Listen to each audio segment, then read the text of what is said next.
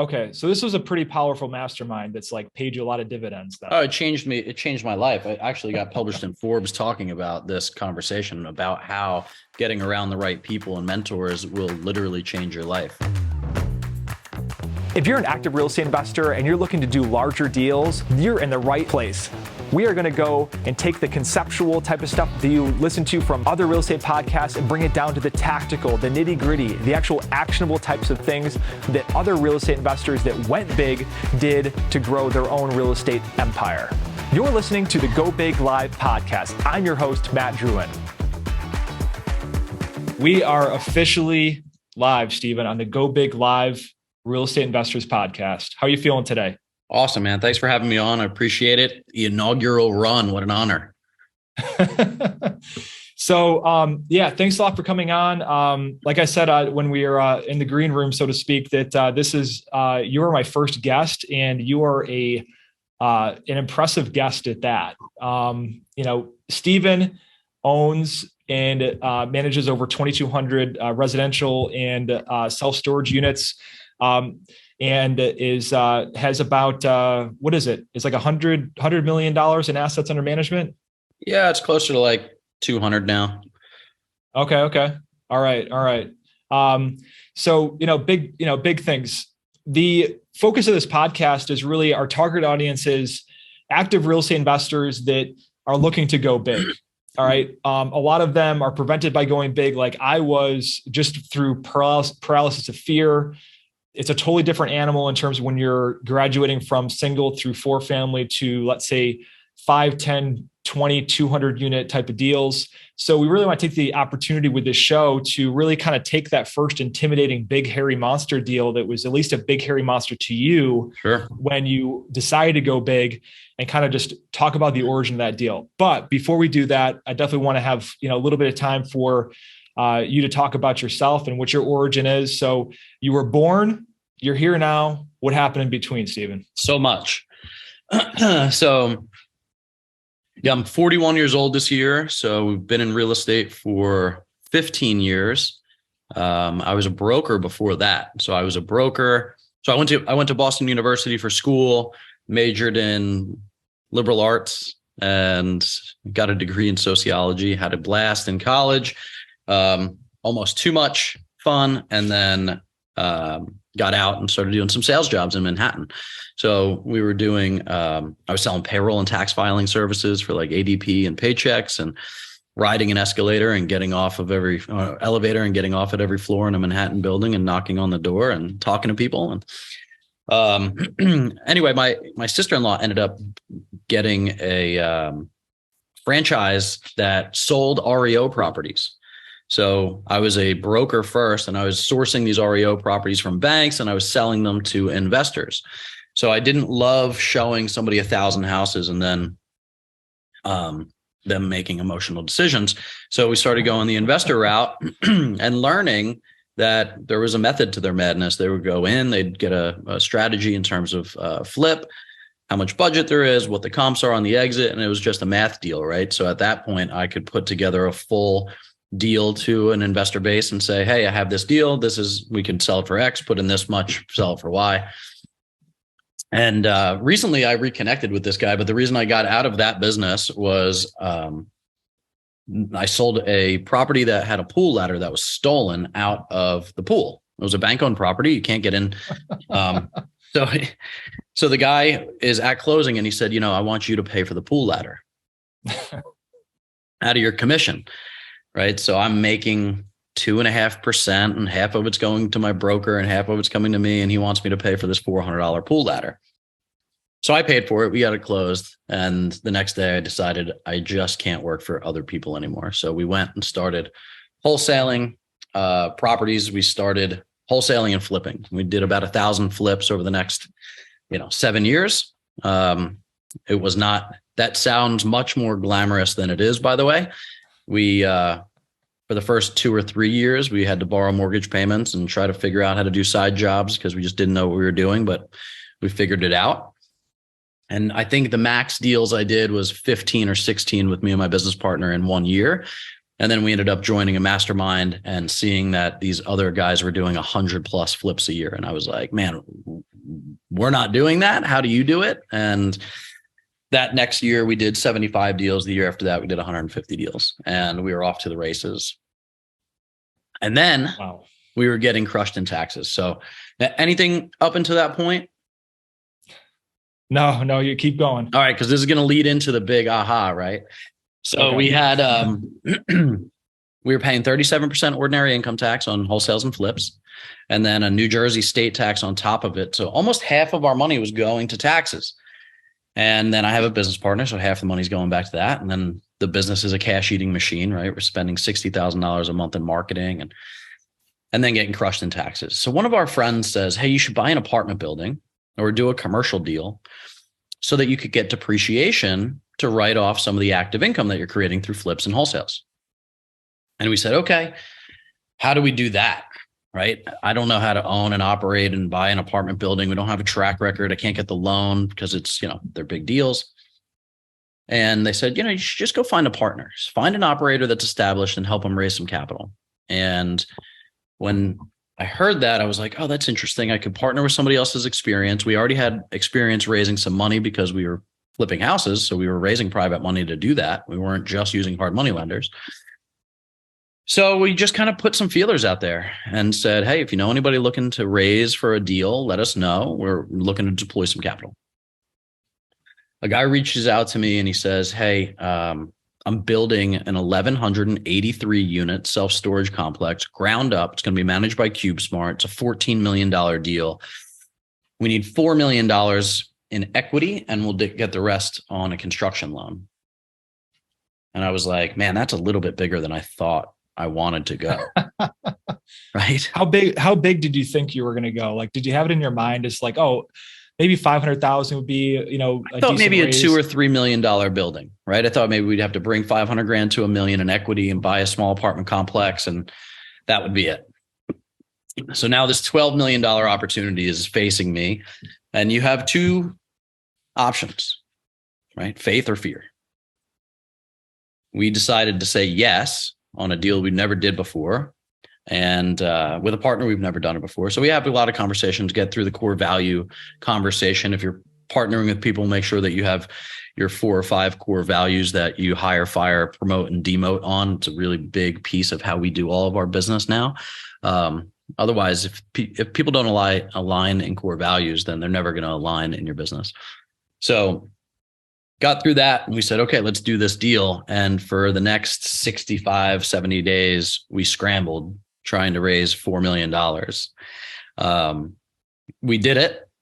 We went, closed, and we got this big, beautiful piece of dirt, 14 acres.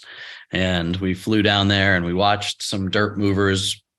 I think we spent $400,000 to remove the dirt that was on the property to make it level. And we were down there watching big dirt movers move some dirt around. And that was our first deal. So $14 million deal. And in that same year, we did 2 more. So we built just about 450,000 square feet of self-storage in and around the Orlando area managed by CubeSmart. But that was the first big deal. So where did this money come from? Well, first of all, let's back up a little bit. Where did the deal come from on this? Because you said you got a phone call from a guy. Like, was this just a guy that was just dialing the white pages? Like, how did that? So it was social media. So we posted on Facebook that we were looking to deploy capital, get into the commercial space. And if anybody knew anybody, and a friend of mine knew of our partner, Sean, and Sean shot me a Facebook message and he said, hey, let's get on a phone call. I want to talk to you about this potential deal. And he just finished raising. So his investors were kind of tapped on another project. And he said, this is how we can structure this deal. And we said, all right, well, yeah, let's see the pitch deck. Let's see the underwriting. Let's dig into it. And also tell me what questions I'm not asking that I should be, because I've never done this before. And he was really gracious. He held our hand through the whole process. He helped get us on some pitch calls to talk to investors and learn how to present the opportunities and things like that. So the deal came from really a friend of a friend through social media. So $14 million project. We ended up making several $1 million on it. And it was because of a Facebook post. So where'd that friend come from? Where did the friend who knew him come from? Yeah. It was a mastermind. Okay. Yeah. It was a single family mastermind too. And he just knew of this other guy doing commercial deals. Okay. So somebody that was like in that real estate track that came from a mastermind that, okay. Cause this is like, cause a lot of times when I talk to my students is about like where these relationships come from and how they like bloom and like how they first germinate and stuff like that. So that's definitely awesome to know. Yeah. So you got this opportunity, you got $4 million you got to raise. Like did you have like, hey, these are the materials, like, just make a bunch of phone calls. Like, how did that specifically happen in terms of like where you landed your first investor? So we already had some investors that were investing with us on the single family side, right? So I just went back to all of those investors and I had an honest conversation and said, hey, look, we're going to flip less houses and we're going to do more commercial real estate because the tax benefits are so great, right? You can use accelerated depreciation to offset a lot of your taxable income. So, and the return profile is very similar. So what we were paying them on those single family deals, they're actually making a little bit more on the multifamily or self-storage deals, and they're not paying taxes on that income. So it really exacerbated the income for them, right? So that was our first deal we did. And then we couldn't raise all the money. So we only raised about half of it. And I was starting to sweat. We're 30 days out. And I was like, what do we do? What do we do? And I just called some other guys that I knew in the single family space that were raising private capital. And I said, hey, let's partner on this deal. We all want to get in the commercial space. I have this deal. Come help me raise this other $2 million. And we'll get on the general partnership side of it. We'll walk through the process. We'll fly down there. We'll do the whole thing together. And I did. I found two really great partners that came back in with me and they helped finish out the raise so that we could get it closed. So these people in the single family space, were they like colleagues of yours? Like they like competitors, so to speak? Nope. Just all mastermind friends. Okay. So this was a pretty powerful mastermind that's like paid you a lot of dividends then. Oh, it changed me. It changed my life. I actually got published in Forbes talking about this conversation about how getting around the right people and mentors will literally change your life. I mean, if it's true that you're the average of the 5 people that you hang around, then you need to start hanging around better people and, stop taking money advice from your broke friends, right? So getting around guys that are just so far ahead of you in terms of systems and processes and maybe time as well. It's just so invaluable. You don't have to reinvent the wheel, right? The Bible says there's nothing new under the sun. And that's true. And you're not the first person to flip a house. You're not the first person to buy an apartment complex. So getting around those people that can show you that is worth the 15, 20, 25 grand or whatever you're going to drop into a mastermind. I mean, when I got into that mastermind, I couldn't even afford it. I had to ask the guy if he would take 3 separate payments of $8 grand each throughout the year because I desperately wanted to be in, but we couldn't afford it at the time. And I mean, I would say in the first month, just a couple of these tips and tricks that I got from guys was, changing our lives and changing our business. So yeah, that mastermind was super powerful. There was, it's still going on today. It's still one of the, biggest single family wholesale and flip type development type masterminds. And there was a couple hundred people in there, but there was probably 15 or 20 really top level people doing 150, 200 flips. One guy was doing 1,000 flips a year. Dude, yeah, Steven, like for 13 years, I was the one that was like banging my head against the wall, trying to figure out everything on my own. And when I first hired my own coach, it was like a very foreign concept to me. And then it was like I discovered it was like the ultimate cheat code. Like, why hadn't anybody like just tried to like just bang this over my head? I was just resistant to it. And so when I did hire my first coach, like I had an ROI on what I paid, which was a high ticket coaching program. I got, 10x ROI in 1 month on that. So, masterminds and programs are definitely, I swear by them. So fast forward, you got your $4 million raised. Like, you had a pitch deck that was sort of like prepared for you then? So we worked with our partner on what he had used previously just to kind of understand what the layout was, but we kept it very simple. You know, I think a lot of people complicate this space, even the way that I won't get into the granular details about it, but even the way that we fund these deals and how investors make money is very different than how I think a lot of people structure their funds or structure a PPM.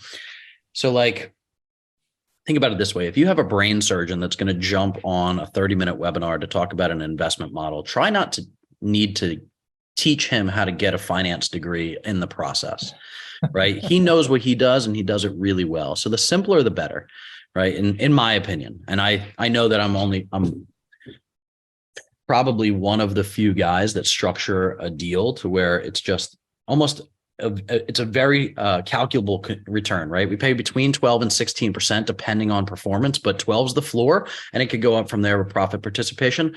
But that's it. When you start talking hurdles and waterfalls, and if this is foreign to anybody, when you start to get into this space, you'll start to understand that a lot of these underwriters look at things as in terms of IRR, hurdles, and waterfalls. And what that means is internal rate of return.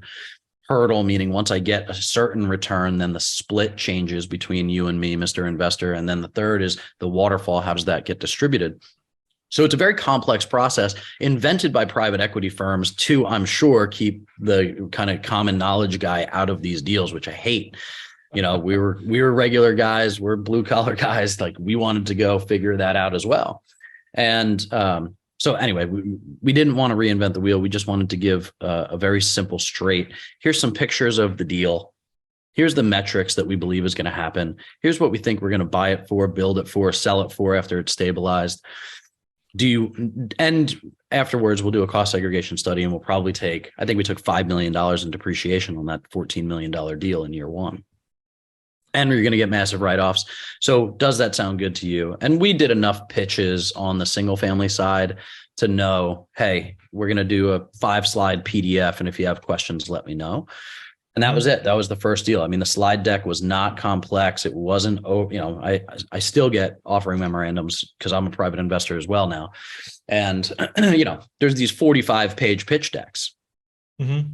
I only look at one page, right? I look at the pro forma and I see if it's reasonable, but 45 pages, I got to click through to see where the numbers are, right? I'm a numbers guy. I want to see the numbers.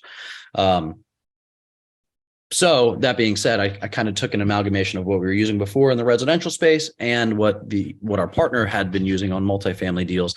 And we just chopped it up to like a 5 or 10 page presentation and, just laid it out as simply as we could. I'm a big believer that a confused mind says no. And the more you talk, the more people get confused. Absolutely. Yeah. I mean, I've raised millions of dollars just through a simple email with like bullet points of, first I start with how you're getting paid back. Because I find that as an investor myself, I've looked at a lot of pitch decks and a lot of offering memorandums. And it's like how you're getting paid back is like the last thing that's in these things that are presented by these, private equity people. And I'm like just flipping through the whole thing and going towards the end, and even sitting in a investor presentation, they leave that at the to the end. And I'm like, and the whole time my ears are sort of halfway turned off, listening to this person thinking like, how is this guy paying me back? Right. So yeah, just like I operate by the KISS principle. A lot of people are really surprised to like, oh, Matt, like this is how you actually like present the actual deal is like this just simple email. So that being said, like, how did you first reach out to these like investors? You sound like you had a relationship with them already. Did you like just send out an email? Did you make phone calls first and then send out an email? Like, did you like arrange like 100 lunch meetings? Like, how did that go? Yeah. So we always do the same thing. We still do it. We send email and text blasts to invite people to a webinar. If you can sign up to come to the webinar so you can see what it is that we're doing. And then if I don't get you on a webinar, then and I'm short, I'll start hammering phones, right? Mm-hmm. So it's just who opened the email. Let's start with them. They're lowest hanging fruit. They open the email. Hey, did you get my email? I sent you an invite to a webinar. We're doing something a little different that I think you'd be interested in. Can you get it on the next webinar? It's out Friday at 3, whatever. Mm-hmm. And is that how you did your first deal, this first self-storage deal? Yep, exactly. So we had so we were at the time running a pretty sophisticated single family business. So we had a CRM that had investors and cash buyers for the wholesales. And so we had a database of probably, 600 or 700 people already that were in there. And, and if a lot of your students are single family, like make sure you hold on to the numbers of all the sellers, right? Whoever you've bought a house from, you just gave them a bunch of money. So they might need to deploy that money again, right? So there's a little hack for you. Like, I think a lot of single family guys lose the numbers of the sellers that they purchase and they just continue to churn. But if you're ever going to raise money again, they already like, know, and trust you. So why wouldn't you go back to them and hit them up and say, hey, I just gave you a couple $100,000. What are you going to do with that money? So, so we utilized that database and we did a bunch of webinars and we fumbled through the first few, John Maxwell says experience isn't the greatest teacher, evaluated experience is. So as difficult as it is, make sure you record those webinars and go back and watch yourself on them and see how well you did when you were speaking to clients, where you stumbled, where you needed to get clean. There's actually a really cool AI bot that I'm surprised mine didn't sign in here, but it's called Yoodly, Yoodli. And it'll join your Zoom meetings for you and it will record them. And then it'll give you notes on how many times you used a weak word, how many times you used or a replacement word or a repetitive word. Damn. And it gives you a lot of really cool insight. So utilize those things as tools to get better at pitching those deals, because the first time is going to suck, period. Right? Because you're nervous. You haven't done it before. Especially if you're raising for a single family deal, like if it's really your first time, it's just not going to go great, right? So evaluate that experience and just keep getting better at how you're having that conversation. Absolutely. So Stephen, how did you structure this first deal was it an LPGP type of structure? That meaning general partner and limited partner. Can you kind of give me some flavor on that? Yep, exactly. So it was a little bit different than a typical GP-LP project because I think we raised the first deal. I forget if it was the first deal or the second deal. I think the first deal we did, we raised it as a note against the property. So there was a promissory note to the tune of $4 million at a 12%, I think, coupon. And it had to subordinate into second position because we had a big first position loan on it.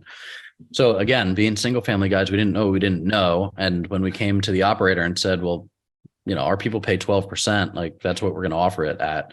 He was like, okay, if you think you can raise capital at that rate, then let's do it. And we were raising capital at 8 and 10% before on single family houses.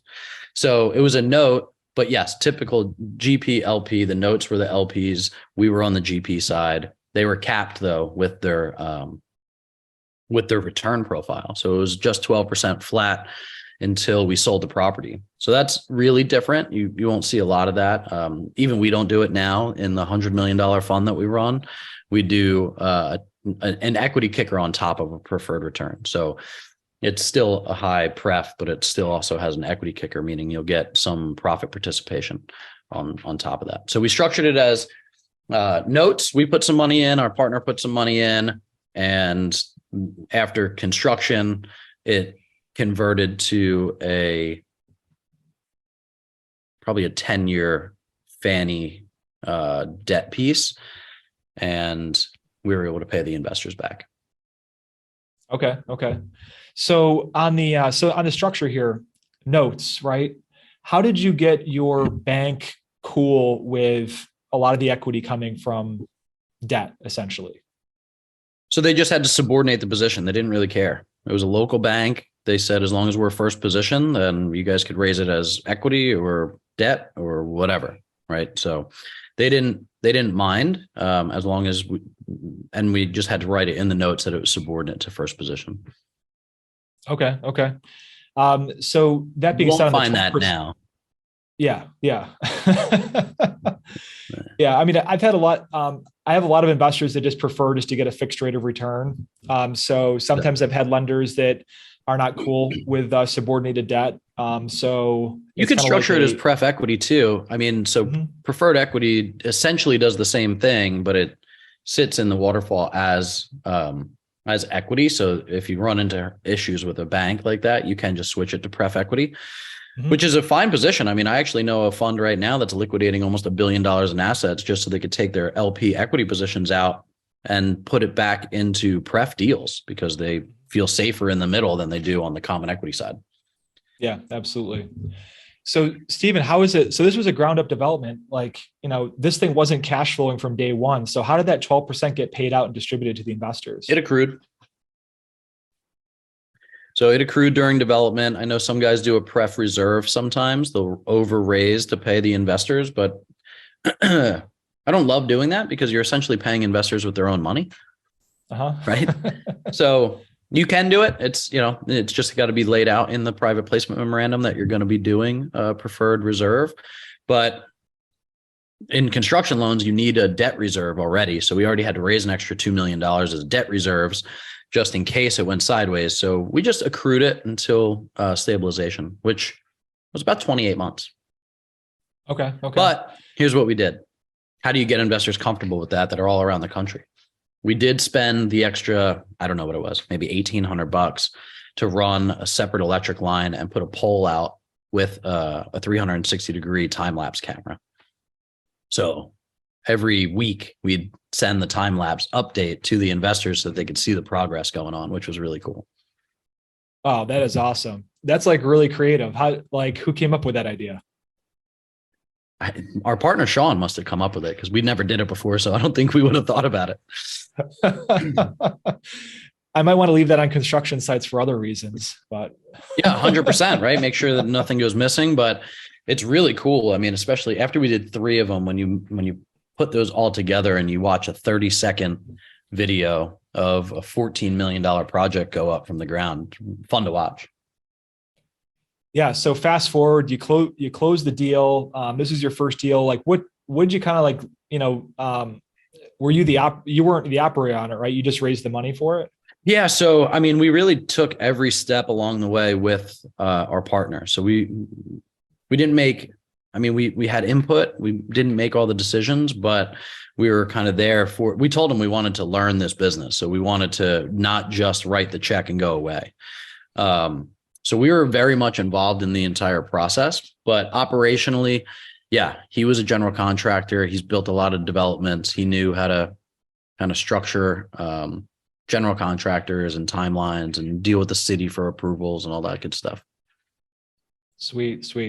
So we got about 5 minutes left on the actual podcast itself before we end up going to live Q&A within our Facebook group. Cool. So I want to kind of bring this deal full circle. We'll definitely have some chance for, I have a ton more questions that about this deal, and probably our audience participants do as well.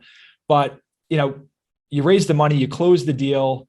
Like what did that deal do for you as either presenting an aha or even financially in terms of what it actually pays you each year, assuming you still own it or if you sold it? We portfolioed the entire package and sold it. So, but those 3 deals made us millionaires, all of us involved. We didn't pay taxes for the first time in 10 years because our depreciation was negative. So even though we made a bunch of money, we didn't have any income tax that was due on it because of the cost seg studies. And essentially it made me shut down my single family business because I saw what was possible on the other side. So major changes through that first deal. Awesome, man. Well, Stephen, thank you so much for having us on the show. We are going to go to live Q&A. If you are interested in a live Q&A session, be sure to join the Go Big Live Facebook group. So until then, thanks, Stephen, and we're going to sign out.